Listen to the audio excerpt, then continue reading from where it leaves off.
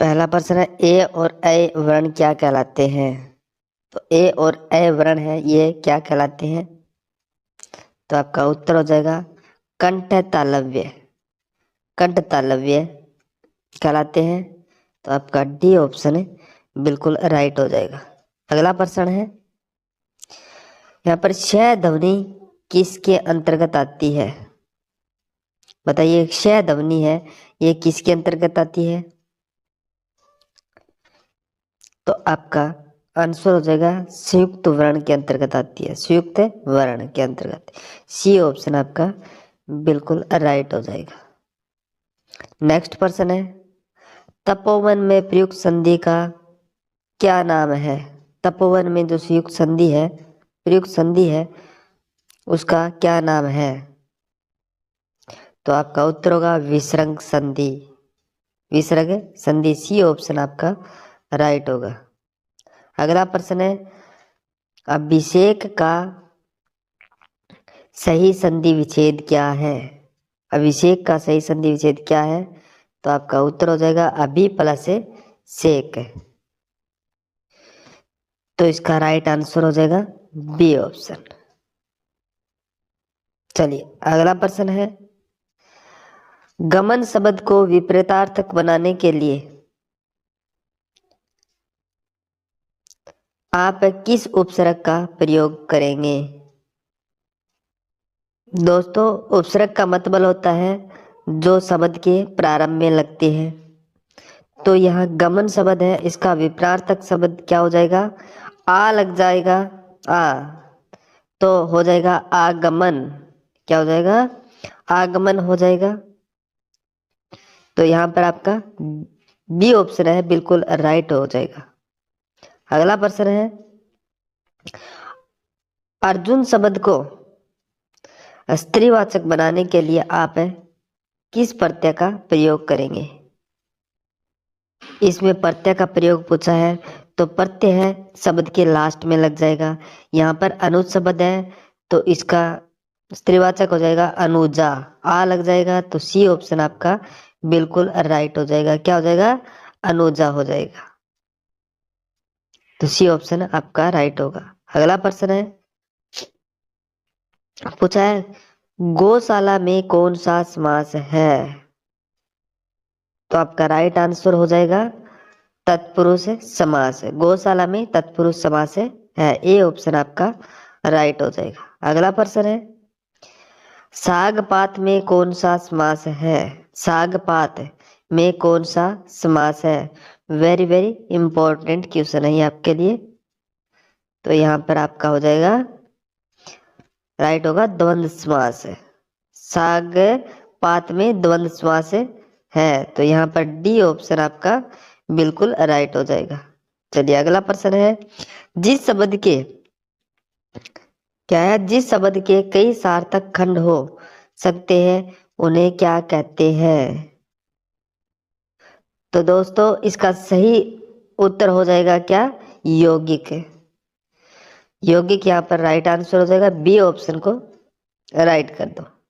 अगला प्रश्न है, उससे पहले आप सभी एक बार क्लास को लाइक कर दीजिएगा। फटाफट सभी विद्यार्थी लाइक कर दीजिए और सेशन को जितना ज़्यादा हो सके शेयर कीजिएगा। और जो नए विद्यार्थी है वो सब्सक्राइब करना ना भूले। नेक्स्ट है, दाता किसका पर्यायवाची शब्द है? दाता है ये किसका पर्यायवाची शब्द है? इंपॉर्टेंट क्वेश्चन आपके लिए। तो आपका राइट हो जाएगा विष्णु का। दाता ये विष्णु का पर्यायवाची है, तो ए ऑप्शन आपका राइट हो जाएगा। अगला प्रश्न है, वारिद किसका पर्यायवाची शब्द है? वारिद किसका पर्यायवाची शब्द है? चलिए दोस्तों बताइए फटाफट इसका आंसर। आपका राइट आंसर क्या हो जाएगा? वारिद ये बादल का पर्यायवाची शब्द है। तो यहाँ पर आपका डी ऑप्शन है बिल्कुल राइट हो जाएगा। अगला प्रश्न है, मीन किसका पर्यायवाची शब्द है? मीन, मीन है ये किसका पर्यायवाची है? तो आपका उत्तर हो जाएगा मत्स्य का। मीन माने मत्स्य, मछली। सी ऑप्शन राइट हो जाएगा। इंपॉर्टेंट प्रश्न है आपके लिए। तो चलिए अगला प्रश्न है, विस्तार का विलोम शब्द कौन सा है? तो विस्तार का विलोम शब्द है वो कौन सा है? तो दोस्तों इसका सही जवाब हो जाएगा संक्षेप। संक्षेप, विस्तार का विलोम शब्द होगा संक्षेप। डी ऑप्शन बिल्कुल राइट है। अगला प्रश्न है, अल्पज्ञ का विलोम शब्द क्या होगा? अल्पज्ञ का विलोम शब्द क्या होगा? चलिए बताइए। तो राइट उत्तर होगा अभिज्ञ। अल्पज्ञ का विलोम शब्द हो जाएगा अभिज्ञ। सी ऑप्शन आपका राइट हो जाएगा। नेक्स्ट है, काव्य के, यहाँ पर पूछा है कि काव्य के आस्वादन से जो आनंद प्राप्त होता है उसे क्या कहते हैं? वेरी इंपॉर्टेंट क्वेश्चन है आपके लिए। उसे क्या कहते हैं? रस कहते हैं। तो डी ऑप्शन आपका बिल्कुल राइट होगा। अगला प्रश्न है, किस शब्द की वर्तनी शुद्ध है? तो कौन सी शब्द की वर्तनी है जो शुद्ध है? तो उत्तर होगा ब्रज भाषा। ब्रज भाषा की वर्तनी है तो बिल्कुल शुद्ध है। तो यहाँ पर सभी विद्यार्थी डी ऑप्शन को राइट कर दे। चलिए अगला प्रश्न है, यहाँ पर पूछा है कि बाण का पर्यायवाची शब्द नहीं है। तो बाण का पर्यायवाची शब्द है यहाँ पर कौन सा नहीं है? तो आपका उत्तर होगा मयूख। मयूख है, यह बाण का पर्यायवाची नहीं है। डी ऑप्शन आपका सही हो जाएगा। अगला प्रश्न आपसे पूछा है कि आकाश का पर्यायवाची शब्द कौन सा है? चलिए बताइए, आकाश का पर्यायवाची शब्द है वो कौन सा है? व्योम। व्योम है आकाश का पर्यायवाची। सी ऑप्शन आपका राइट होगा। नेक्स्ट है, अल्प विराम का चिन्ह है। तो अल्प विराम का चिन्ह है वो कौन सा है? तो वो है बी ऑप्शन के अंदर जो दिया गया है वो अल्प विराम का चिन्ह है। ये अल्प विराम है, ध्यान रखिए बी ऑप्शन में है जो अल्प विराम चिन्ह है। इंपॉर्टेंट क्वेश्चन है ये आपके लिए। बी ऑप्शन आप सही कर दीजिएगा, ठीक है। तो अभी आप फटाफट क्लास को लाइक कर दे। सी है, डी है और ए है। चलिए नेक्स्ट है, निम्न में अंतस्थ व्यंजन कौन सा है? अंतस्थ व्यंजन है वो कौन सा है? तो आपका उत्तर हो जाएगा यह है। यह है, ये अंतस्थ व्यंजन है। तो जो ये, रे, ले, व ये सभी अंतस्थ व्यंजन है। तो आपका यहाँ डी ऑप्शन है बिल्कुल सही होगा। अगला प्रश्न है, चतुर्भुज में कौन सा समास है? चतुर्भुज के अंदर है कौन सा समास है? तो आपका राइट हो जाएगा द्विगु समास। चतुर्भुज में द्विगु समास होगा, इसका राइट हो जाएगा बी ऑप्शन बिल्कुल राइट हो जाएगा। अगला प्रश्न है, पंडित, पंडिताइन और चमार, आगे क्या आएगा? तो यहाँ पर आ जाएगा चमारिन। चमारिन आ जाएगा। तो यहाँ पर बी ऑप्शन दोस्तों राइट हो जाएगा। अगला प्रश्न है, ध्यानपूर्वक देखिएगा दोस्तों सभी प्रश्नों को। तो यहाँ पर पूछा है कि बरसात में मच्छर नाक में दम कर देते हैं, इस मुहावरे का क्या अर्थ है? तो इस मुहावरे का क्या अर्थ है? तो बहुत परेशान करना। इस मुहावरे का अर्थ होगा बहुत परेशान करना। सी ऑप्शन आपका राइट होगा। अगला प्रश्न है, चादर के बाहर पैर पसारना का क्या अर्थ है? चादर के बाहर पैर पसारना का क्या अर्थ होगा? तो आपका सही उत्तर हो जाएगा क्षमता से अधिक व्यय करना, यानी क्षमता से अधिक व्यय करना। डी ऑप्शन आपका बिल्कुल राइट होगा दोस्तों। तो चलिए अगला प्रश्न है, क्या पूछा है आपसे यहाँ पर कि नवल सुंदर श्याम शरीर में कौन सा अलंकार है? तो नवल सुंदर श्याम शरीर में कौन सा अलंकार है? तो ये होगा उपमा अलंकार हो जाएगा इसके अंदर। कौन सा अलंकार है? उपमा अलंकार। बी ऑप्शन आपका राइट होगा दोस्तों। नेक्स्ट है, मेला आंचल के लेखक कौन है? इंपॉर्टेंट प्रश्न है ये आपके लिए। मेला आंचल के लेखक का ये है फणीश्वर नाथ रेणु, फणीश्वर नाथ रेणु, सी ऑप्शन आपका बिल्कुल राइट है। नेक्स्ट प्रश्न है, मगही किस हिंदी प्रदेश की बोली है? तो मगही किस प्रदेश की हिंदी बोली? इंपॉर्टेंट प्रश्न है ये आपका। तो यहाँ पर आपका उत्तर होगा बिहार की। मगही है ये बिहार की प्रदेश की हिंदी बोली है, तो बी ऑप्शन आपका राइट होगा। अगला प्रश्न है, प्रथम विश्व हिंदी सम्मेलन नागपुर में कब हुआ था? तो प्रथम विश्व हिंदू सम्मेलन जो नागपुर में हुआ वह कब हुआ? इंपॉर्टेंट प्रश्न है ये आपके लिए। कब हुआ था? तो ये होगा 10 से 14 जनवरी 1975 ईस्वी में। तो यहाँ पर आपका राइट हो जाएगा 10 से 14 जनवरी 1975 में। सी ऑप्शन आपका बिल्कुल सही हो जाएगा। अगला है, जय जय जय जय जय जय जय जय ध्वनियाँ क्या कहलाती है? तो ये ध्वनियाँ क्या कहलाती है? तो आपका उत्तर होगा तालव्य। तालव्य ध्वनि कहलाती है सभी। तो आप सी ऑप्शन को राइट कर दे। चलिए नेक्स्ट प्रश्न है, निम्न में कौन सी ध्वनि अक्षर ध्वनि है? तो बताइए इनमें से कौन सी ध्वनि है जो अक्षर ध्वनि है? चलिए उत्तर बताइए आप सभी विद्यार्थी। तो आपका उत्तर होगा ये, सी ऑप्शन आपका राइट होगा। अगला है, कौन से स्वर परस्पर स्वर्ण है? इंपॉर्टेंट प्रश्न है ये आपका।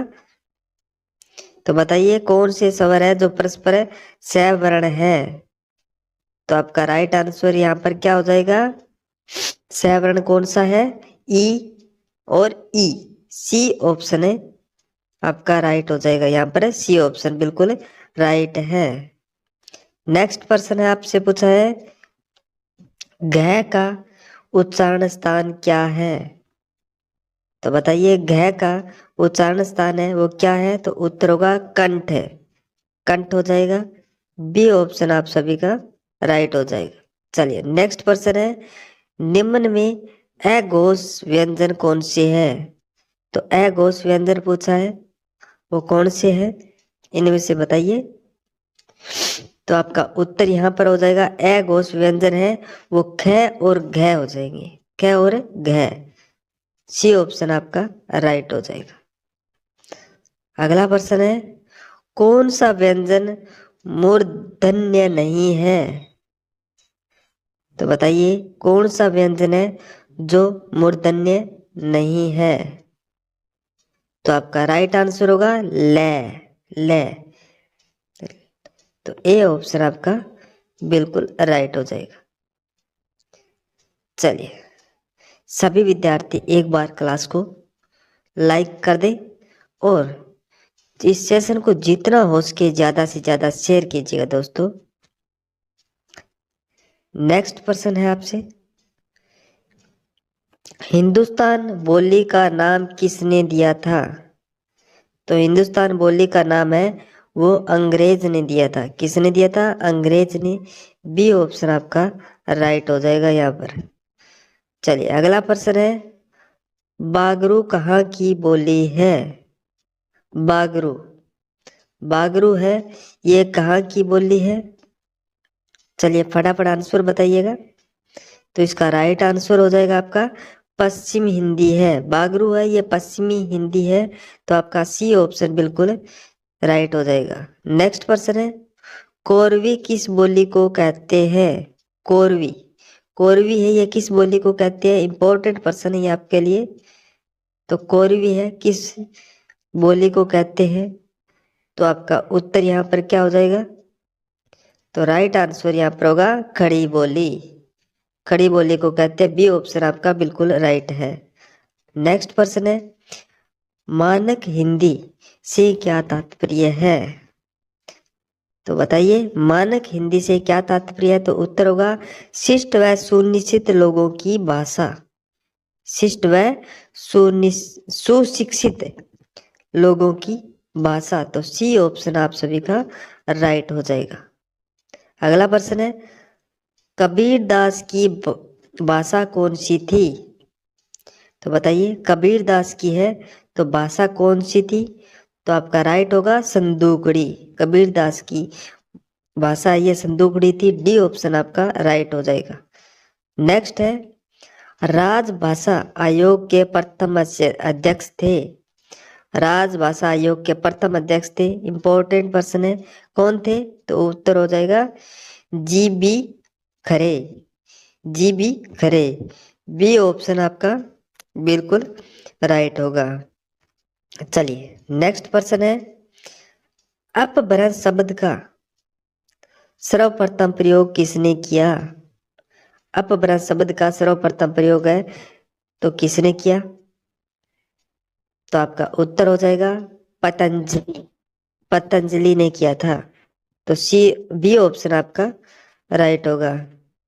नेक्स्ट पर्सन है, नेक्स्ट पर्सन है, यहाँ पर पूछा है कि हिंदी का पहला समाचार पत्र दंड मार्तंड कब प्रकाशित हुआ था? इंपॉर्टेंट पर्सन है ये। जो हिंदी का पहला समाचार पत्र था दंड मार्तंड, ये कब प्रकाशित हुआ? 1826 ईस्वी में। 1826 ईस्वी में। बी ऑप्शन आप सभी का राइट होगा। सभी विद्यार्थी एक बार क्लास को लाइक कर दीजिएगा और सब्सक्राइब करना ना भूले। नेक्स्ट पर्सन है, पाली साहित्य का संबंध प्रमुखतः किससे है? तो पाली साहित्य का संबंध है तो ये किससे है? चलिए उत्तर बताइए। तो यहाँ पर आपका राइट आंसर हो जाएगा गौतम बुद्ध से संबंधित है। किससे? गौतम बुद्ध। पाली साहित्य का संबंध है गौतम बुद्ध से है। डी ऑप्शन आपका राइट हो जाएगा। नेक्स्ट पर्सन है, उड़िया किस राज्य की भाषा है? उड़िया किस राज्य की भाषा है? तो उड़िया है ये ओडिशा राज्य की भाषा है, उड़ीसा की। तो ए ऑप्शन आपका बिल्कुल राइट है। नेक्स्ट है, सर्वप्रथम भाषा का प्रयोग किस रूप में हुआ? तो भाषा का प्रयोग है सर्वप्रथम किसके रूप में हुआ था? इंपॉर्टेंट पर्सन है ये आपके लिए, इंपॉर्टेंट पर्सन है ये। सर्वप्रथम भाषा का प्रयोग है वो किस रूप में हुआ था? तो आपका उत्तर होगा सांकेतिक रूप में। सांकेतिक रूप में। तो आपका यहाँ पर सी ऑप्शन बिल्कुल राइट हो जाएगा। C option. चलिए नेक्स्ट पर्सन है, भारत में कितनी मातृभाषाएं हैं? तो बताइए भारत के अंदर कितनी मातृभाषाएं हैं? चलिए फटाफट इसका आंसर दीजिएगा। तो इसका राइट आंसर हो जाएगा आपका लगभग 1992 भाषाएं हैं, लगभग 1992। बी ऑप्शन आपका राइट होगा। चलिए नेक्स्ट पर्सन है, कोंकणी कहाँ की बोली है? तो बताइए कोंकणी है ये कहाँ की बोली है? तो आपका उत्तर क्या हो जाएगा? कोंकणी है ये मराठी बोली है। कौन सी? मराठी। मराठी क्या है? तो बी ऑप्शन आपका राइट होगा। सभी बी ऑप्शन को राइट करें। नेक्स्ट है, निम्नलिखित में कौन पूर्वी हिंदी की बोली नहीं है? कौन पूर्वी की हिंदी बोली नहीं है? कौन सी है जो पूर्वी की हिंदी बोली नहीं है? तो आपका उत्तर होगा मगही। मगही है ये पूर्वी हिंदी की बोली नहीं है। बी ऑप्शन आप सभी का राइट होगा। नेक्स्ट प्रश्न है कि खड़ी बोली में लिखित प्रथम महाकाव्य कौन सा है? तो बताइए खड़ी बोली में लिखित प्रथम महाकाव्य कौन सा है? इंपॉर्टेंट प्रश्न है आपके लिए। तो आपका राइट उत्तर हो जाएगा प्रिय प्रवास। प्रिय प्रवास। डी ऑप्शन आपका बिल्कुल राइट होगा। नेक्स्ट है, ई स्वर का सही उच्चारण स्थान है। तो आपको बताना है ई स्वर का सही उच्चारण स्थान है वो कौन सा है? चलिए बताइए फटाफट। तो आपका आंसर हो जाएगा तालु। तालु है। बी ऑप्शन है आपका बिल्कुल राइट। नेक्स्ट है, किस क्रम में अंतःस्थय वर्ण नहीं है? तो किस क्रम के अंदर अंतःस्थय वर्ण नहीं है? चलिए उत्तर बताइए। इसका राइट आंसर क्या हो जाएगा? है य रे ले व, ये सभी अंतःस्थय वर्ण है। तो आपका डी ऑप्शन है बिल्कुल राइट हो जाएगा। नेक्स्ट पर्सन है, निम्न में से कंठ्य ध्वनि कौन सी है? तो कंठ ध्वनि है वो कौन सी है? तो आपका राइट आंसर हो जाएगा क और ख। ये कंठ ध्वनि है, क और ख। तो आपका ए ऑप्शन है राइट हो जाएगा। नेक्स्ट क्वेश्चन है, जिन स्वर्णों के उच्चारण में मुंह सबसे कम खुलता है उसे कहते हैं क्या है? जिन स्वर्णों के उच्चारण में मुंह सबसे कम खुलता है उसे क्या कहते हैं? मुंह सबसे कम खुलता है वो कौन सा है? तो आपका उत्तर होगा सव्रत स्वर। सव्रत स्वर हो जाएगा। तो ए ऑप्शन आपका राइट होगा। इंपॉर्टेंट पर्सन है, ध्यान रखना। नेक्स्ट पर्सन है, यहाँ पर आपसे पूछा है, जिस स्वर के उच्चारण में दो मात्राएं लगती है उसे कहते हैं। तो बताइए, जिस स्वर के उच्चारण में दो मात्राएं लगती है उसे क्या कहते हैं? गुरु स्वर। गुरु स्वर कहते हैं। सी ऑप्शन आपका राइट है। चलिए सभी एक बार क्लास को लाइक कर दें। तो नेक्स्ट पर्सन है आपके लिए, यहाँ पर पूछा है, निम्नलिखित में से कट्ठ तालव्य स्वर को कौन से हैं? तो कट्ठ तालव्य स्वर है वो कौन से है? चलिए फटाफट इसका आंसर बताएं, कोई भी गलत नहीं करेगा। तो यहाँ पर हो जाएगा ए। तो ए ऑप्शन है बिल्कुल राइट होगा।